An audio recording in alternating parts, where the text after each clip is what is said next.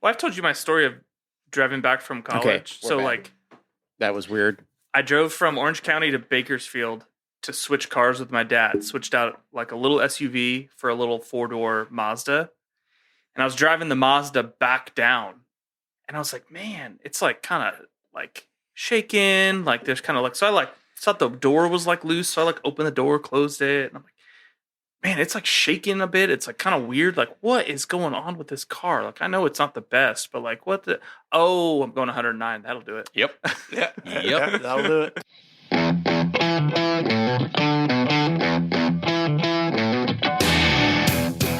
Welcome to another episode of the American Beer Review Podcast. Good times with good friends requires good beer. Lucky for us, we know how to pick all three. We're a group of friends who grew up in the Pacific Northwest, giving us a jump start on our craft beer journey. Join us today while Brian, Alec, And Chad. review some beer, talk about beer topics, and whatever else comes up. We invite you to pour yourself a drink and hang out with us.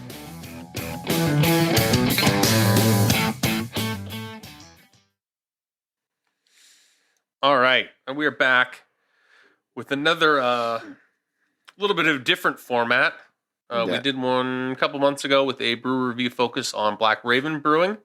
So today we're going to review No-Li out of Spokane, Washington. Brian has been there. Multiple times. So he'll have a little bit more. He's got a friend who lives in town, so probably he visits more often than any of us combined. I'm actually going to Spokane for a work conference soon, and I'm trying to talk them into Nice. like some kind of reason to go there. Easy. Yeah. I'm staying one day longer. Right. So at worst, I may try and make it that day. But yeah, my goal is to trying to get into there. So we'll trade back and forth. I did a little bit of research. I wrote up on them before, and you actually interviewed one of the key principals John Bryant. there for a The time. owner. So we can trade back and forth. Yeah, that's been a while though. It has been a while. Yeah. And not a ton of the notes are updated since then. I mean, they've been trucking along. And Oh God, they are. expanding, brand new labels and all that. So we'll Yeah. trade back and forth on notes. Yeah, I got But some it, things to show.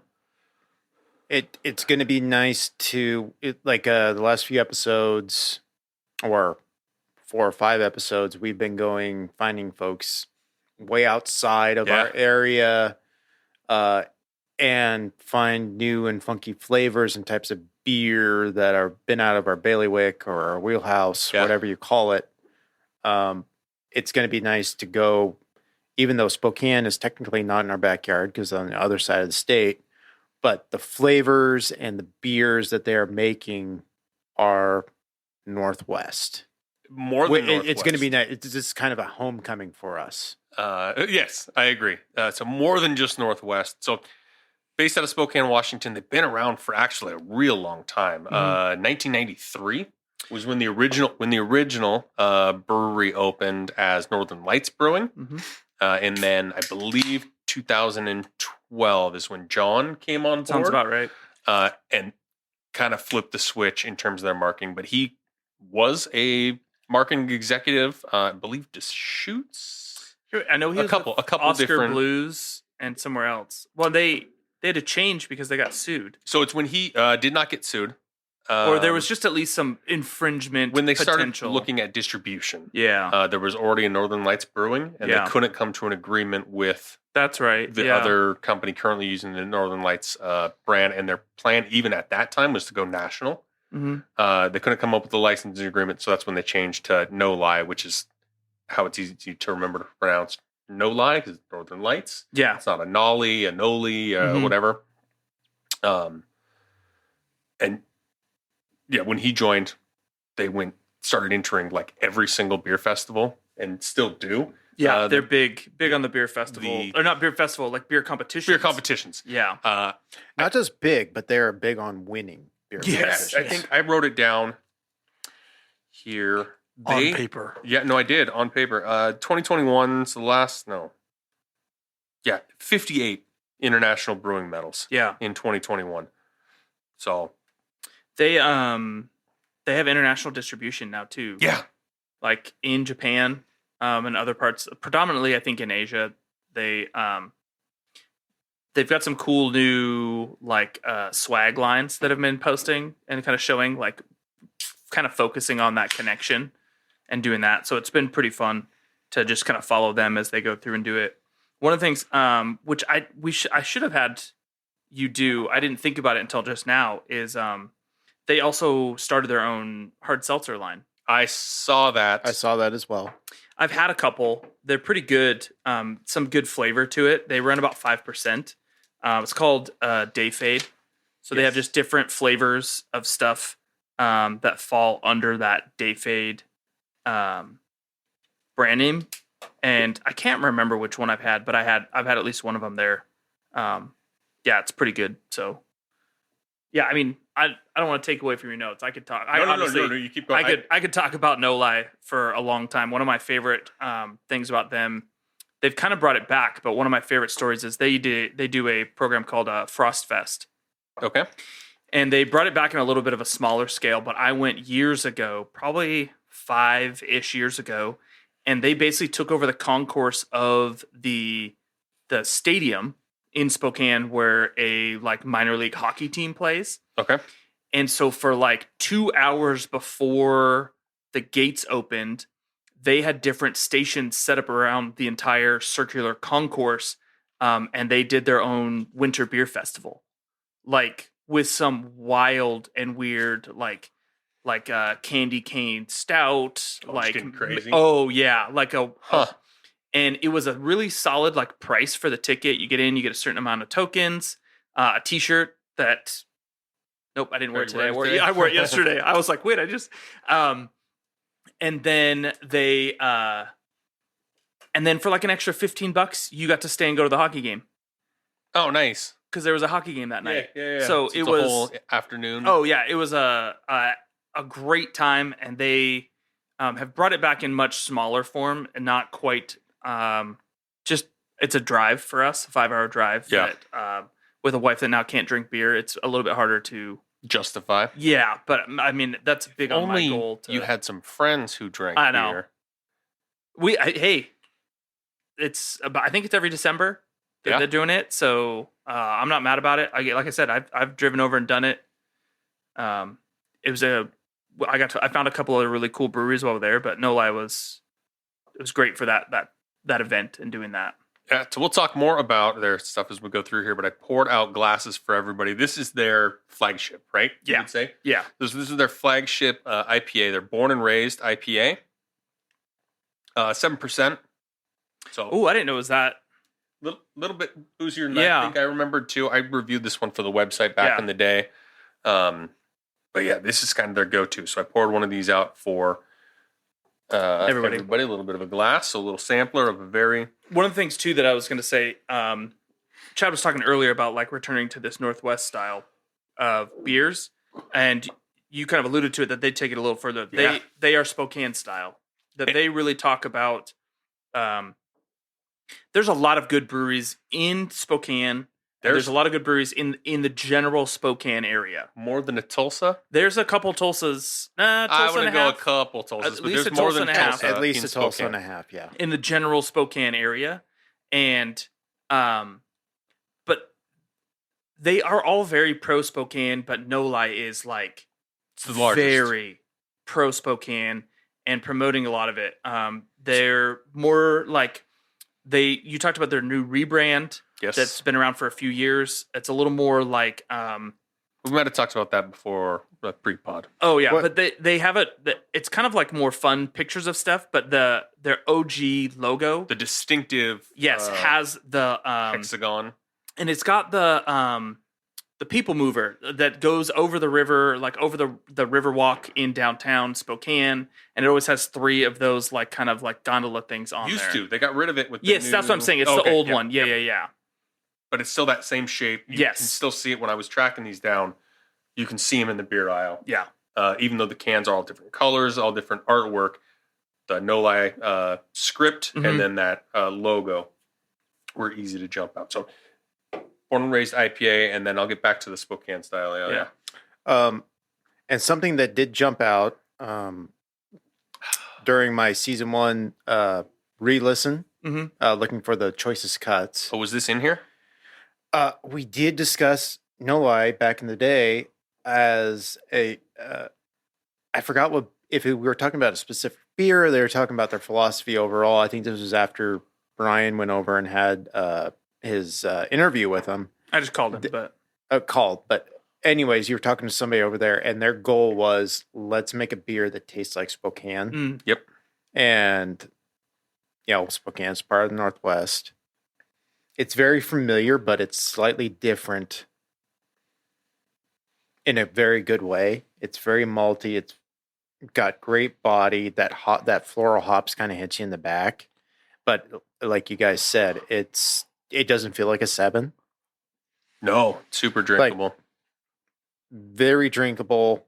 After drinking even my shot glass, I went, oh yeah, it I can feel it's a 7 now. Fantastic. Yeah, so the Spokane style, it's actually federally recognized. Mm-hmm.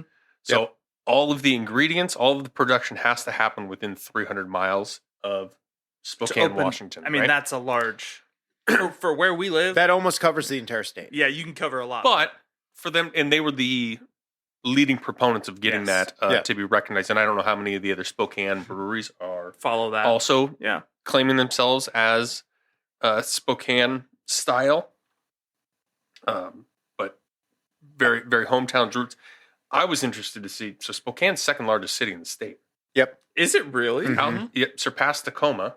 Huh. So, which means if you go for the Northwest, Seattle, Portland, it's probably then still number 3. Yeah. Because what else is in There's Oregon? There's no other Oregon city that's that big. So you're talking the number 3 out of Washington, Oregon. Idaho. Probably. Well, Idaho. No, Boise's going to be there, and then Northern California might get a couple. But depends on how far you go. But you're talking the top 5 city in the Northwest, Spokane style, and like we just said, 300 miles of Spokane encompasses a good chunk of that. So, not that we're co-opting Spokane style as Northwest style, but no, but having this, and then if you had an IPA by somebody on the west side of the mountains, their idea of an IPA would be completely different. Like the finish on this is more bitter than pine. Okay. I just had that very last sip. There's a little bit more. I kind of get what you're saying, but what I think I get a little more ESB hops out of this Oh. than pine sol hops, in a good way. I'm exaggerating both. I like this finish. There's a little bit. It's a little smack at the end. No, it's very drinkable. It's very good. I mean, that's what I think is being a Spokane style IPA. It doesn't have that. To your point, the west side has a very harsh ending. Yes, and this is a very soft ending. You can still get the flavor, but it's not smacking you in the face at the end. Going to a couple of episodes ago, it kind of it makes me think more of that 10 pin than the standard like Seattle IPAs. So that's where I mean is like you can drink this when it gets hot. Again, it's kind of that same. One, weather-wise and geographically, they're a lot closer to. Oh yeah, to each other. Yeah. That's what I'm over here. So I can see that. We got a fleet of beers here. Yeah. You guys next. Yeah. What do you guys feel like going for next? I'm thinking an amber ale. Yes, please. So pouring out Porch Glow amber ale at 5% alcohol. And this, so everybody knows, including the boys, we will fridge these all at the end. Got it. One of the things with that we talked about there, like competitions and medals and doing that type of stuff. One of the things still with them, for as long as they've been around, when you look at like them on Untapped, they are also one of those breweries that just don't have like hundreds of beers that they make. No, they tend to stick to and they have an expanding assortment. They keep growing. So like when we look at the selection, the 5 or 6 that we have in front of us, I would say 3 or 4 of them are honestly new within the last 4-ish years. Yep. Whereas some of the other ones have been more predominant, like been around. But I think that's not to say that they don't do these weird one-offs. Like I talked about with the Winter Beer Fest. And honestly, some of those, as my like, as much as people want to give crap to Untapped people, like I couldn't check all of those in because they weren't created on there. So that's not to say that there's no what they list on something like that isn't the full extent of what they have. Because I can imagine if you're making a 1 barrel of some random thing and you're just putting it on tap at your place, you're not necessarily going to put it in there. But in the core of what they do, what they're going to put out in cans, what they're going to put out in distribution, they really focus more on a select assortment of and polished beers. Yeah. It's similar to our last review with Iron Horse. Is by the time you see it in a can, you know it's gone through the iterations and the research and development to be supremely drinkable. We really did kind of just hit that Eastern Washington kind of over the last few sort weeks. of on accident. Yeah. Not intentional. No, that's what I'm literally just realizing it that we've done like 3 in a row of that. Well, but we kind of had to come home. But we've been doing a lot of stuff out of state, and it felt right to come back and bring our focus back in on the beers and the breweries that we're familiar with. And the ones we can go visit. Yes, additionally, yes. We talked about road trips through North Dakota and arranging to send people with beer money when they're traveling across the country. Right. But this is something we can feasibly... Wow, No-Li with international distribution. This is convenience stores. I mean, you can get this anywhere, but... Not anywhere, but around here, very, very easy to get your hands on. And like you said, to go to it. I have been to No-Li in the last... I think 2 summers ago I went. Yeah. If I were going to Spokane for any other reason than the work trip, it'd be a no-brainer to end up there. And then I've been there several times before that. So I was looking at the website. They've got a couple different air quote locations, but it seems like they're all based at the same location. Let's talk about Porch Glow real quick, and then let's talk about the actual brewery a bit, because it's a fun spot. So Porch Glow, you said your dad was an amber guy, right? Yeah. And I know when he started out more in craft. Drinking. Yeah. Not drinking, but yes, into craft, because I know very few people that are a go-to amber as like their beer. Yeah. To me, for my dad, it was the pre-really getting into IPAs. Like this was it was not light beer, and it gave you some more flavor and something going on. It's not scary like a stout. Yeah. To me, I agree. I'm not super into ambers. They're not ones that I'm going to go seek out, but they are still those kind of nice ones to just have at times to still get some flavor. You said this was 5%. Yep. Seeing that speaks to my old man inside, where 5% you can have. Yeah. Not worried about it. I'm kind of easing back a little bit. Like I said, that fits their seltzer one. We have one of them is really boozy of the ones we have. You're kind of creeping on them. And then the rest are a little bit lighter of that style, I think. Yeah, we got one that's lighter than this, and then everything else into a 6, 7, and then one that's up to 9.5. Well, and one you don't have that's pretty solid. 3Z does it. So there was that one. It's a 3% hazy IPA. The Squatch. That's a new one, Squatch Rocket. Yeah. I just posted about it not too long ago that I had that one for the first time. Did you post on it? On ours. On ours? I only post my beer stuff on ours now. But so the Porch Glow is solid. Yes.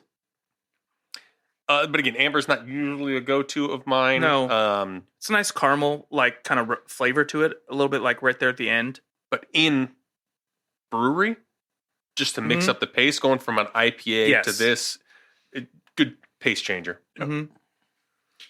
I could see this as the Porch Glow to me is a good you've had a few throughout the day, and it's you're kind of sitting like a dinner, like a dinner beer, something you're going to drink over the course of a little bit. Yeah, that you're just kind of settled in for you're okay, it's not doing some stuff now. It's kind of just sitting and easing into it.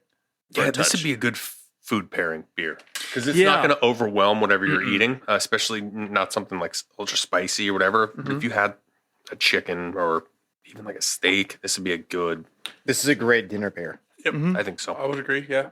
Yeah. Do you want to talk about? Are we opening another one, or are we going to talk about the brewery? Chad's got thoughts over there. What do you got?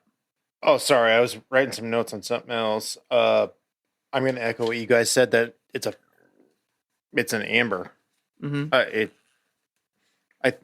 There's nothing that really jumps out to me as different, but as a Like representative, from a standard amber. yeah, but as a representative of solid standard amber ale, amber ale, And when you think about them going and doing medals, what's the point of going and doing a competition? You were trying to say that we have one of the best versions in this style. And so that fits this like thing that they're doing. It is not we do funky weird and you're going to try like it's going to be all these different like crazy things. It's going to be, hey, when we tell you we have an amber ale, it's going to be a really solid representation of that type of beer. Well, and I think that's where the partnership between John that you talked to and then Mark, the head brewmaster. Oh, yeah. That partnership is John obviously coming from the beer industry. It's like, hey, man, you make really good beer. Yeah. I can do the marketing side of it. And part of that is we're going to send this all over the world to have people taste it. But he saw the kernels of you're making real good at the time, at least. Yeah. Well, still, but you're making good beer. So I identified the good beer, and then it's getting the publicity out around it. So what are we drinking next? So we're going to bounce back and forth between IPAs because that's a lot. What is it? It's going to make our life easier. Well, and that's a lot of what they make is IPAs. We live in the Northwest. Yep, Northwest. It's still what people want. It's still what people are asking for. I think like I was hearing somebody the other day that like 30% at least of market share is going to be IPA. So you need like a brewery who's trying to sell to those types of things, like 30% of your. Hello there. Let's see if Chad can guess what this is, knowing that it's already an IPA. Ooh. Is this a hazy IPA? That would be a hazy IPA, Cascade Fog Hazy IPA at 7.5%. Oh, good. I've had this one.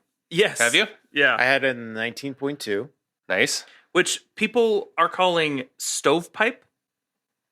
Okay. Okay, I dig it. I'm not sure how I feel about it, but okay. I guess. I Yeah, mean, stovepipes. That's what they've been calling skinny them. can. Yeah. Cascade. So obviously with it being like the hazy, because it's Cascade Fog. So this is when I looked at their collection that you had. I think this and one other are two of their newer beers. Okay. And still being that they've been around for a few years now, not like it's like new last week or something like that, but that it came around a few years ago, kind of like, I mean, not that I'm the end all be all, but like I checked it in first in 2020. Okay. So it's like, it's a few years in. yeah, at least of doing that. So, but been around, kind of become a mainstay. I think it speaks to their kind of process that hazies came over to the West Coast before 2020. Yep. But it took them maybe some time to decide that this is the one that we're going to have as ours. Yeah. You know, and that kind of speaks to that same process of what they do and taking their time to make sure that they're going to do it right. It's a little 7.5, you said?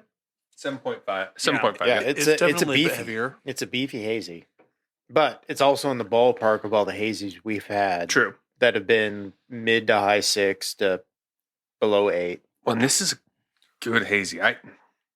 I like this actually. Just side by side comparison With some of between the this other stuff, and yeah. and even just their Born and Raised Mhm. IPA. This has got a little bit more of a. It's going to give you a very different thing. And again, like we said, the Born and Raised is not. It is different from maybe Seattle focused IPAs. But this hazy is a solid representation. It's not your like big juice bomb. It's not like I'm drinking orange juice. Yeah. But it is giving you those like good floral hoppy notes. Yeah. With like a full body, full mouthfeel with the like not overly done in any aspect. Because it's not straight pine. No. It's not that you would be necessarily with the hazy, but it's not a straight pine. It's not a straight floral. It's kind of a nuanced. Yeah. But it is a little bit more punchy than Born and Raised. Yes. It's And gonna that's- punch you in the chops a little bit more. Mhm. It's taken hops to the next level, but it's not going in one direction The Born and Raised has good. We talk a lot about hops when it comes to IPAs, but Born and Raised is still like a really solid, thick malt bill to me. Mhm. Like that's that kind of difference. And this one actually kind of even though it says only 35, I think IBUs, it still really is giving you a real solid kind of like hoppy punch. If I was gonna have 2 pints, I would want. I'm gonna have the 2 pints of the Born and Raised over 2 pints of Because this just Cascade has Fog. more. Because the Cascade Fog, I'm gonna have that 1 pint and the punch that Yeah. I'm getting from the hops in there. Way more. I'm not talking about satisfying it in like I like this over it. It's like my hop craving is satisfied in 1 pint of the Cascade Fog versus 2 of the Born and Raised. If that makes sense to you boys. I think I get what you're saying. Yeah, and I'd go like a Cascade Fog and then into something like a Porch Glow. Yes. Where you're Yeah, shifting, exactly. you're shifting hop gears. They actually kind of emphasize a little bit of the yeast is what's given that juiciness to it as okay. well that they're talking about. So Citra and Mosaic are in Which Cascade. we've had, Just feels solid.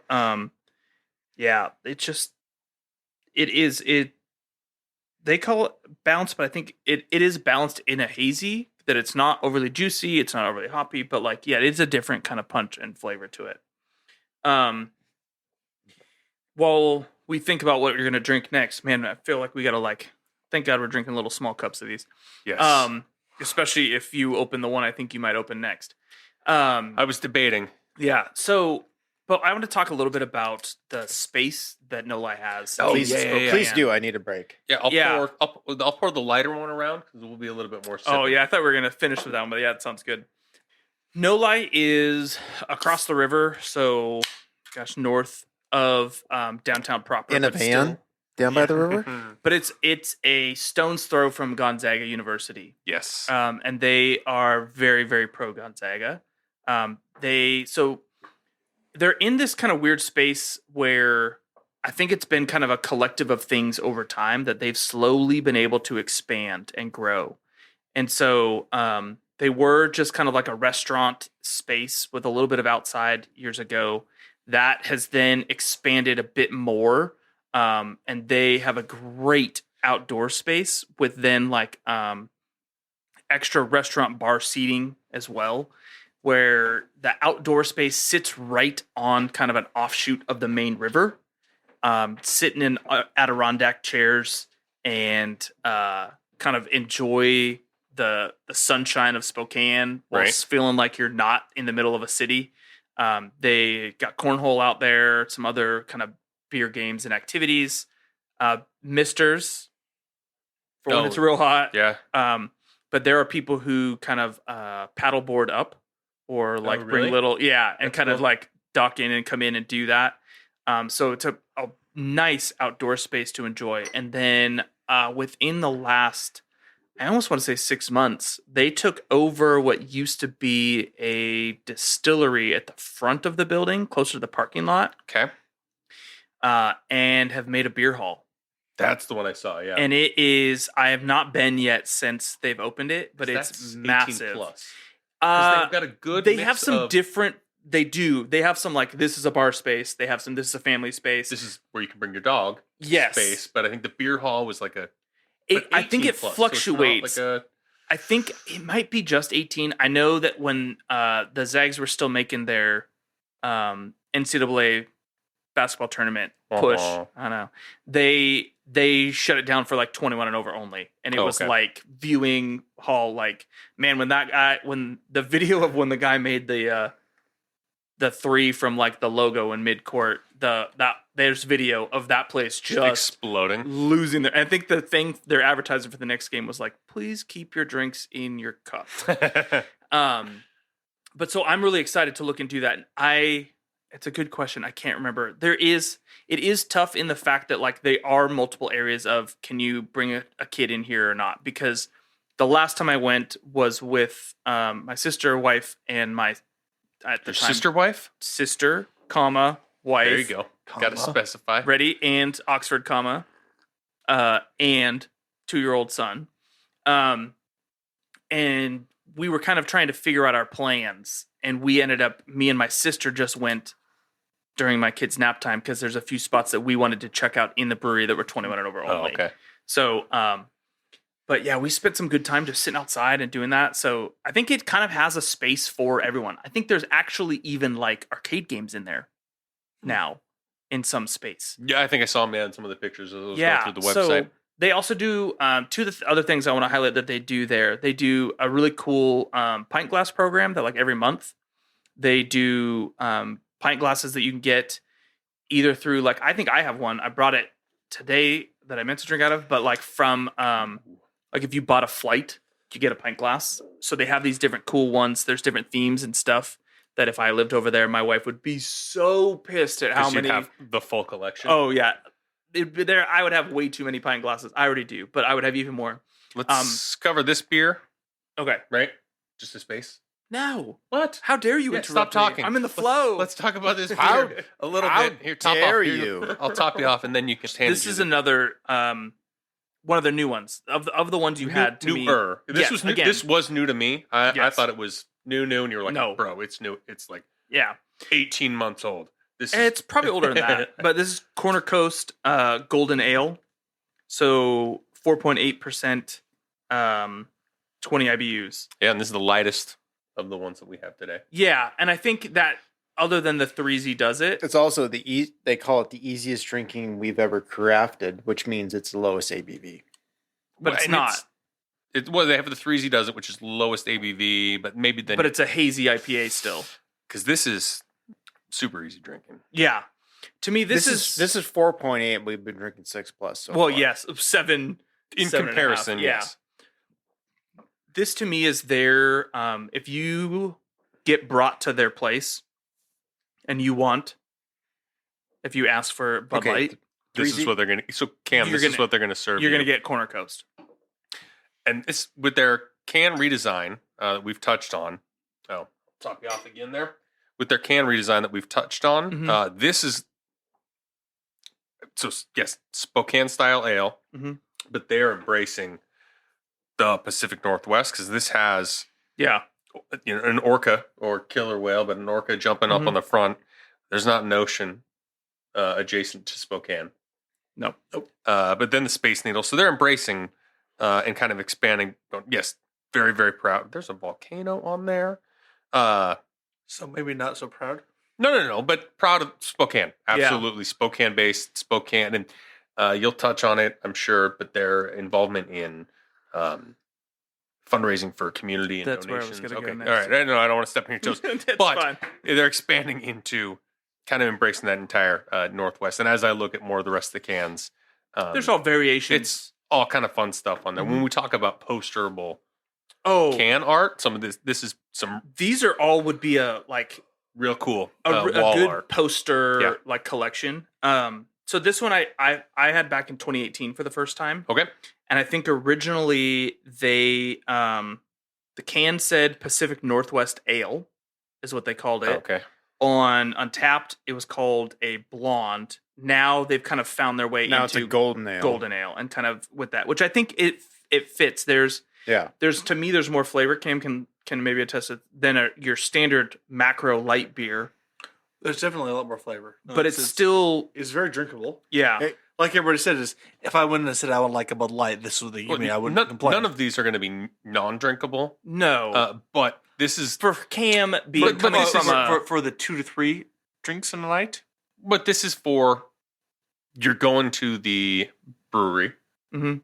and you're bringing somebody along who is scared of craft beer or doesn't really like IPAs. So I'm bringing Cameron. Yeah, this I like craft beers. I just like a limited quantity of craft beer. This would be a perfect one. Mhm. You go, yeah, no, you will like this. Yeah. And honestly, if I were giving you this for your very first beer turning 21 versus what you had, Yeah. I would not have had as harsh of a statement and No. going, oh, you're going to hate Not it. at It all. would have Yeah. been like, I mean, it's beer. And you've never had Yeah, beer before. You're not going to like it's it. beer flavor, But but it's better than a macro absolutely. light beer flavor. Yeah, with what most macros are more like 4.2%. So Yeah. you're still in the same ballpark. Ballpark. Yep. getting much better flavor. Yeah.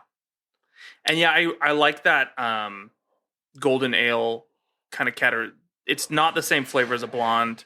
No, because it's a lot less malty than the blonde. And a Pacific Northwest ale, I would have expected a little more hoppiness to it. More piney, yeah. Like almost like a piney hoppy pale ale is more what I would have expected. This is definitely that like this is treading on Pilsner territory. Yeah. It's so very light. close, yeah. Mm-hmm. Yeah, I like it. As Alec was saying earlier, one of their big focuses is doing charity work. I think they do usually a new charitable organization every month. Oh, is it that often? Yeah, that's cool. That they work through and give like $1 per pint sale towards that organization. So, oh yeah, you're going this way, huh? Yeah, I'm gonna finish out with the heavy hitter. Okay. So next up is another to me that is I would say probably their like. I think there's like their number 2 or 3. I was gonna say if Born and Raised, I think to me traditionally is their flagship. It also like Born and Raised idea of being from Spokane, in Spokane. This is their next most probably well known and distributed beer, and that's Big Juicy IPA. 6.1. So lighter, less than the Born and Raised, and so it's Big Juicy. Is this just old enough that it isn't like a Juicy IPA? I think the idea with this is because it was around before they started classifying some of that. But it to me what it is Born and Raised is still going to get you that like kind of more piney, earthy hoppiness, and Big Juicy is more of your gateway IPA that you're going to get more of like the Citra. You're going to get a little more of like those aspects, those notes to it. So to me, way less malt. I'm getting way less malt. Oh yeah, for sure. Yeah, 36 IBUs. It's a light IBU for an IPA, and that's why like there was a real period of time where people would go in and just be like, as many IBUs as you can get. Yeah, we reviewed a beer a couple episodes ago that was 100 plus. A very bitter finish. This one, a bit more bitter than the others. Yeah.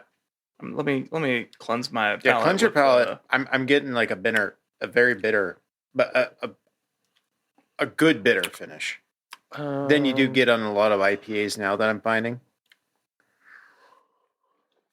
I get a little bit in a big drink. I'm not, man. Maybe I need more. A little bit. Take a pull off the can. Yeah, right. I'm kind of half tempted to just take a full sip. Take a chug here, but I don't. I will say that like it is a little tough, and I think this branding of Big Juicy came out before the Juicy IPAs because that would be that. It's not what I was thinking. Yes, and I've had it before, but it's been a while. Yeah, but yeah, it's not a Juicy IPA. It's kind of a almost mellower IPA, a little bit more into the flavors, a little bit more of the hops playing off of each other. Malt, like Thor said, is backed off a little bit. They're going to call it mellow bitterness. That's what I'm saying. There's a little, I don't feel like it's overly bitter, but I do catch a little bit on that. We talked a while back about some hops that you maybe aren't used to hearing. Mm-hmm. Excuse me. How about this? Citra. Okay, check. Right? Yep, makes sense. Yep. El Dorado. Yeah. Not as used, but still familiar with, yeah. Belma. Nope. Azaka. Nope. So I think they're really just trying to do something different. Light maltiness, I think that's a big thing. Which kind is of trying weird, to bring in, but it's just because Spokane-style means those are grown within 300 miles. So those are just like Yakima. No, but it means they're getting into some like artisanal hops. Oh yeah, it's not like they're bringing in Kent East Goldings or things like that. No. They're getting creative within their local within geography and going, what can you make? And it's probably smaller batch stuff because Yakima Valley produces a ton of hops for the beer industry, and if it's something that's made probably in Yakima Valley, if not Spokane Valley, and I've never heard of it. Yeah, they're new ones to me, but I think it's tough. I think if they struggle with sales on this one, I think it's just an unfortunate thing of the trend of that word. going a different way than maybe because honestly, in 2017, this probably was a big Juicy IPA for us here on the West Coast. And doing that, and things have just shifted, you know? Honestly, out of the 5 so far, it's probably my favorite. Interesting. That we've tasted today. Not that I dislike, and I've gone after the Born and Raised lots, but that one out of the ones we've tasted so far is the one that I would lean into that one. It helps a little bit to more that 6% level. Mm-hmm. Versus a 7 with the Born and Raised. And a 7.5. 7.5 with the Cascade Fog, Yeah, so those will do it a little bit more for you, but they still just are providing a different perspective, a different style, a different thing that somebody who's Born and Raised, not doing it for me. Okay. Do you want to go? It's a decidedly different for both of them to be labeled just as a straight IPA. Yeah. Very two different sides of the coin for an IPA. I think that's why at least the Big Juicy's in the name. It helps a little bit more. And if you know anything about it being from the Northwest or Spokane, a Born and Raised IPA from Spokane, I think it helps you kind of tell you a little story about that beer before you even kind of open it. For sure. You still taking notes, Chad, or did something go down over there? No, I was making sure I had notes for everybody. Big Juicy IPA. I don't have a ton to add, but you guys just threw down there. I'm going to concur. It feels like a beer from another time compared to the other ones. So I can tell it's just different. It hits an era. I know if this was earlier than me, earlier me 10 years ago, all over it. I think there's just something missing. I like it. There's something missing to put it over the top. It's a very good beer. And I don't mean this. I'm just missing something. I don't mean this as a negative. I can't put my finger on it because I can't use that word anymore. They're not making some weird kind of funky thing. No. But are they? Is this a pure? And honestly, it's a pure IPA. You take Big Juicy to somewhere else in the United States. Yes. And they're going to think that this is probably one of the best versions of an IPA. Right. You take Born and Raised there, and that might punch them a little too much in the mouth. Same thing with the Cascade. Will. That's totally it. That's what it is. It's a beer out of time. If you're visiting Spokane from Minneapolis, this is probably going to be a better hitting IPA for you. Right? Mm-hmm. If you're getting past the porch glow. Yeah, exactly. Like doing those types of things. And that's just what I think of it is, and I think it's tough that when we review beers, we always think they all ought to be great. They all got to be amazing. We got to talk really kindly of them. We've had good beer. Every single beer we've had today is great, but different people have different palates. They have different things. And something they're going to like is different from others. You guys like freaking cucumber beer, and I think that is disgusting. You missed out on the mimosa sour. I am so pissed. Call back to me being late. I am so pissed. But yeah. I'm not going to lie. All right. Because this last beer is one that if I remember correctly, I enjoy, but I do not get very often because of the ABV. And this one, in my parse research I've done, that is dark. has cleaned up. Competitions. This is not a camera beer. Nope. A Cameron beer? This is not a beer for me. I cannot see the daylight through this beer. So this is, as I'm pouring them out, it's dripping. It hit me like a wrecking ball. I was wondering who was going to do that first. You were not the one that I had pegged to start singing. But did you think it was going to be me? Mm-mm. Somebody had to do it. So this is Wrecking Ball Imperial Stout. So of the heavy hitters, this is 9.5%. So, woof. Yeah. So this one will get you.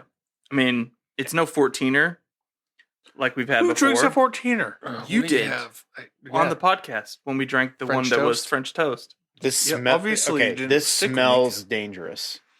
Ooh, yep. It's got a good smell. Mm-hmm. You can smell. I can smell danger. So, Oh my coffee, Oh my god. chocolate. I'm glad That this is was the one we had to have last. That's kind of what I was going from, like a palate.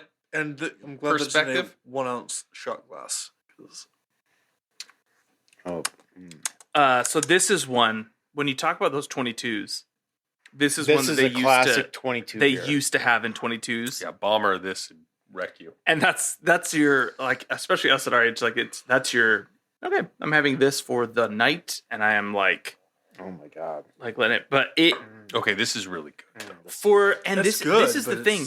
There's nothing wild about it. There's nothing like, oh, we got maple syrup from here and we're doing this thing. But the pieces of the different notes that they hit are all solid.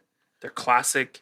It's a consistent beer that, like, do you just want a good, dark, boozy, like, stout. yes. Like, This is why it wins awards. Yeah. This is just it dead goes, nuts what you want. It goes like a chocolatey, little caramel almost feel, almost a little creamy. Talk about brown sugar in there.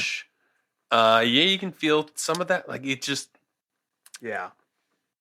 But it lingers a little bit, then it's done. I got a question for you, Kim. Would you have guessed 9.5%? yes. Like, there's like a, it's not a overwhelming booziness.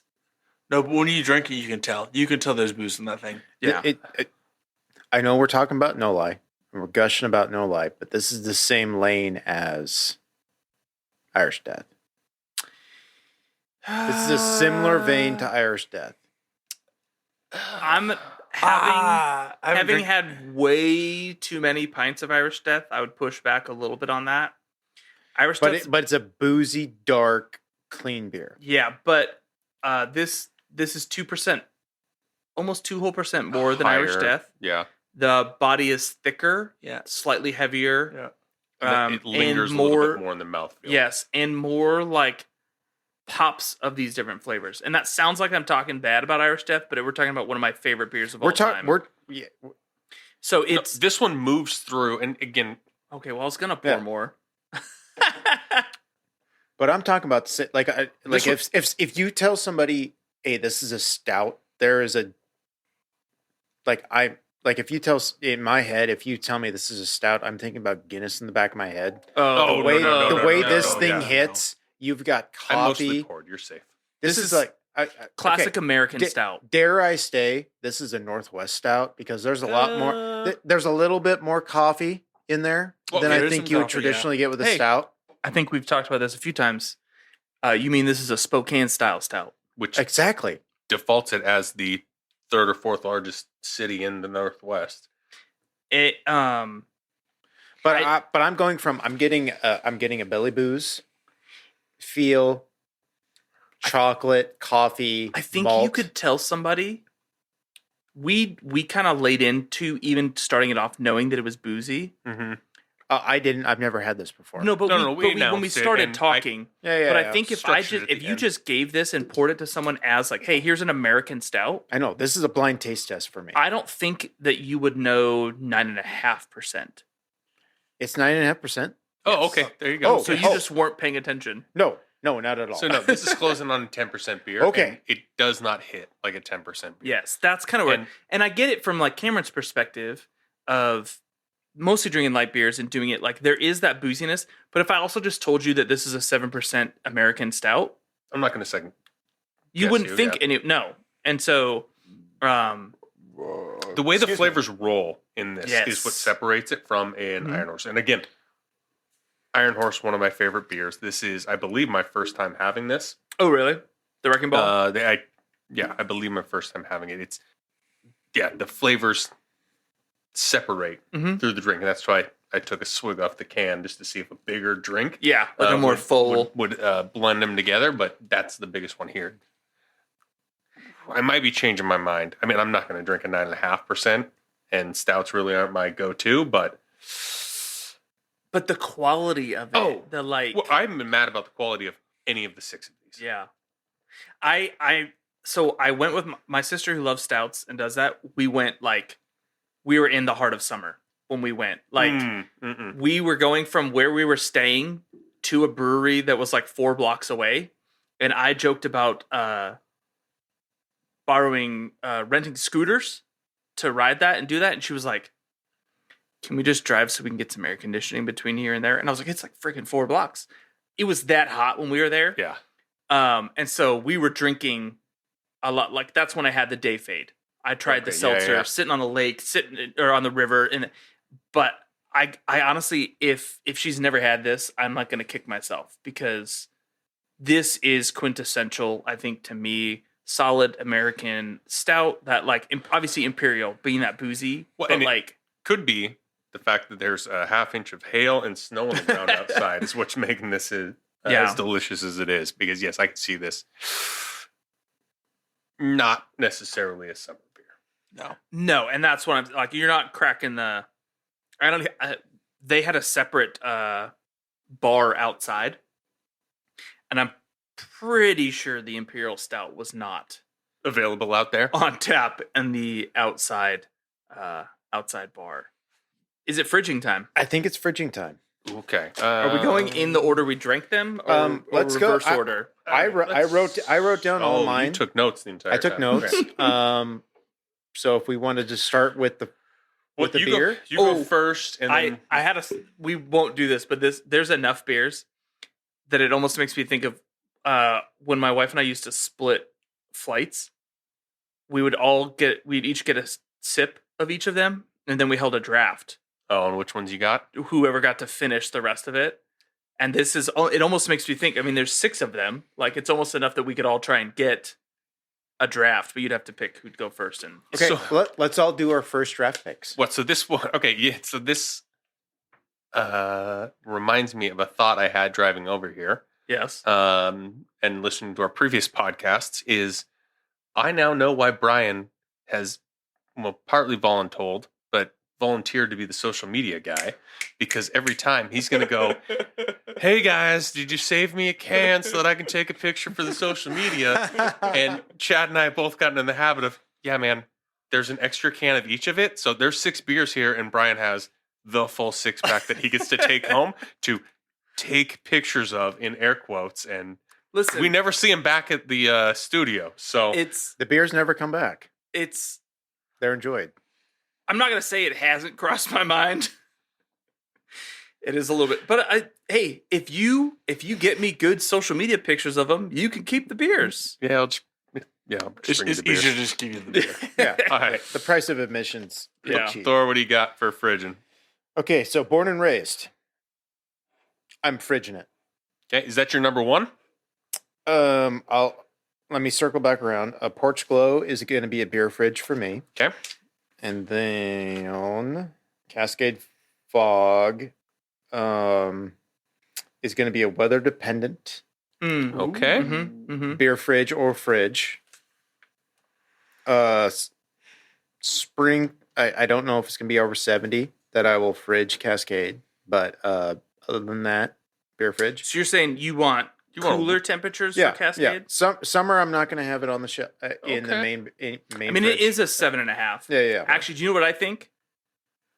During the summer, switch to a 3Z does it. You're going to get a little less punch, but you have half the booziness that you can kind of cruise through those. Corner Coast, fridge. Okay, you fridge it. Fridging it. Big Juicy IPA is going to be a beer fridge. That is like a fall winter IPA for me. Kind of more of a traditional. I would have flipped Born and Raised and Juicy on that concept, but I get Wrecking Ball Stout. The only note I had in all caps was dangerous and fridge. Okay. Yeah. Hence, I will fridge it. Yeah. All right. Yeah. So your number 1 is? It's going to have to be Wrecking Ball. Okay. The outstanding in style.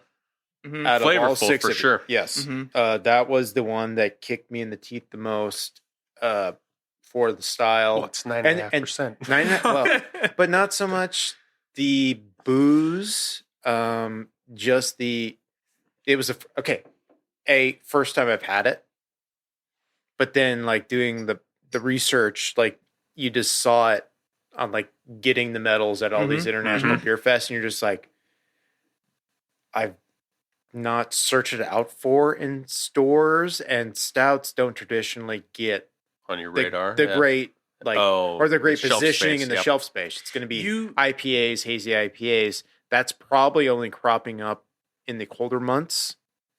You can find it. Yeah, I will say pretty consistently, actually, but just it's so I got these at a large beer alcohol store, but then since buying them, I saw Wrecking Ball and a couple of these at convenience stores in the area. Yeah. Do we make Cam go first, or do Cam? Do you fridge any of these, or do they sell them in a variety pack that I can keep there for guests? They don't that I have seen, but they should. A No-Li sampler pack would be fantastic. That's a good point because they're all so good. I like them all. Again, I'm not the target customer, but a twofer of each of these in a 12-pack would be fantastic. I would definitely keep that. So I've got the left drawer has all of the White Claws for the ladies. I would have the other drawer have the. You could easily buy that big mix pack and satisfy most of your. You'd have something for anybody there. Yeah. All right. That's a good call. Individually, you're not fridging them. You would have them on hand, maybe for somebody. If there was one that you were going to fridge for yourself, which one would you grab? I think the corner coast. Okay, that was the pale ale. No, it's right up my alley. Golden ale. So. But yeah, I mean, that's a good one. It's in a similar vein. If I was to go to the brewery in Spokane, which sounds like a fun event, that's what I would ask for. I'm not mad about I just walk in and order a Bud Light, and this is what that's what they're going to hand you, and they won't even tell you that it's not, and you won't notice the difference. Not against them, no, but against me. Yeah. You just don't have a palate for it. Wrecking Ball is a seasonal beer fridge. 9.5% keeps it out of my main fridge, and it's more of a winter type thing. I'm not going to drink it during the summer. Big Juicy, I think I fridge. That was my favorite out of this. I went back and forth between that. So Big Juicy and the Born and Raised, I think, are fridgers. For me, Born and Raised has been in and out of my fridge. 7.5, but it's fridger. So those two, but I think I lean into the Big Juicy. Porch, I'm just not big into the ambers. Out. Grabbing something, needed a change of pace for sure. I just don't think I need it in my fridge or beer fridge. Just that style isn't really what I'm going for. I'm going for one way or the other. Cascade Fog would be, might keep in a rotation with. Like an IPA rotator? Yeah, it could be a fridgeable rotator. I wouldn't keep, obviously, but I have a wife and she won't let me keep everything in the fridge. But that's one of the things I've been thinking through this is like, I keep no beer in my inside fridge because I just get told not to. Yeah. Like that's why I have the beer fridge. But I get the metaphor, yes. But a rotation between those, I do believe like the Big Juicy Born and Raised above the Cascade Fog, but also solid. You could see a rotation. And Corner Coast, I will keep in my beer fridge for when Cam comes over. Good beer. I would have it. You would grab it every once in a while, but I would have it there. I'm not mad about it. Better than a Bud Light. And I feel better about handling a can of that instead of a Bud Light. So all of these except for Porch Glow and Wrecking Ball have been beer fridges for me. There you go. I said it off the pod. I've had every single one of these before we sat down today. Yep. So obviously I'm a mark for No-Li and trying out the stuff that they have. So I'll just say like Portugal, it's a solid beer. I just don't get them often enough of ambers and doing that. Yeah, if it's one of those that like, I would grab as that rotator of doing something like I talked about when we drank it for being 5%. I like that aspect of it. I'd put it on a flight when I get it. Yeah. The Wrecking Ball is phenomenal, well done. I agree with Alec. It's more seasonal to me that I can't have a 9% stout in my fridge. 9.5. Yeah. Especially during the summer. But like I looked back, and I think one of the last times I had it was a bottle, like a 22 ounce, and doing that, like having that kind of like I've talked about it before, but to me, like opening a bottle, a 22 ounce of like a wrecking ball on like midday on a Sunday, where you just know that like that's the one that I'm gonna have and just kind of slowly work on for a while. Like that's where wrecking ball fits for me. And doing that, or bringing like, especially like a crummy Northwest day where you're not going outside, you're gonna curl up, watch TV, read a book, like exactly. We're not doing anything today. Football's on, and I'm not crushing light beers. I'm just like slow sipping this like boozy dark beer. Like that's where it fits for me. Yeah, so I mean, when you talk about the other ones, they've all been in my fridge. I'm a big fan of them. I forget how boozy it is, but I'll take Born and Raised probably over the other ones. Big Juicy's solid, and it's still good. I agreed, like it's a nice rotation. I think like I said with Chad, I'd flip flop it. To me, that's more of like a summer, and Born and Raised, that kind of like multi punch, just feels more winter warmy to me. That I would take that in like a fall. Like honestly, that's my starter for like a tailgate day. Born and Raised, yeah, like that's a solid like. Oh, especially early morning football game. Yeah. That's kind of my like. All right, here we go. Cascade Fog. It's a good version of the hazy. It's a little boozy. 7.5% for some of the ones that I when I get into it. That's why, like I said with Chad, that 3Z does it. Mm-hmm. There's probably a pretty solid pair. Do a Cascade Fog and then a 3Z does it. Yeah. So I checked out the 3Z does it online. Yeah. And Corner Coast is, to me, one of those when you're looking for craft light beers. Yeah. That's a perfect in there for me. That just a solid flavor, and I wouldn't be mad about always having a 6-pack of that just available for grabbing that instead of the macro. Yeah, absolutely. So cool. All right. Well, and again, multiple glasses are but again, to clarify, we are not drinking full glasses or cans of each of these beers. No, these are samplers. These are shots. We were doing shots. Our glasses are definitely empty and maybe refilled and emptied again a couple more times after the pod here. But big ups to No-Li. Absolutely. Listen, I'm angling to get myself there for a business trip, so we'll see what I can pull off. There you go. Hopefully your glasses are empty as well, and we will see you next time.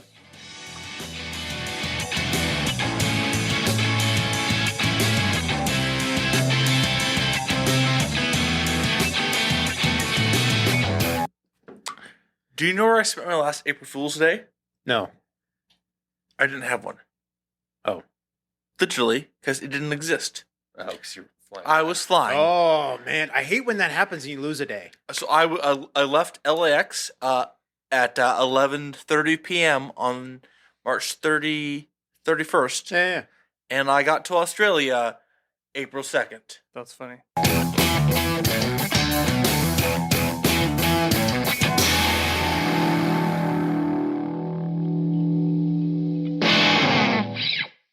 If you are picking up what we are putting down, please like and subscribe on your podcast platform of choice. And reach out to us at A Beer Review on social media if you have a beer you would like us to review.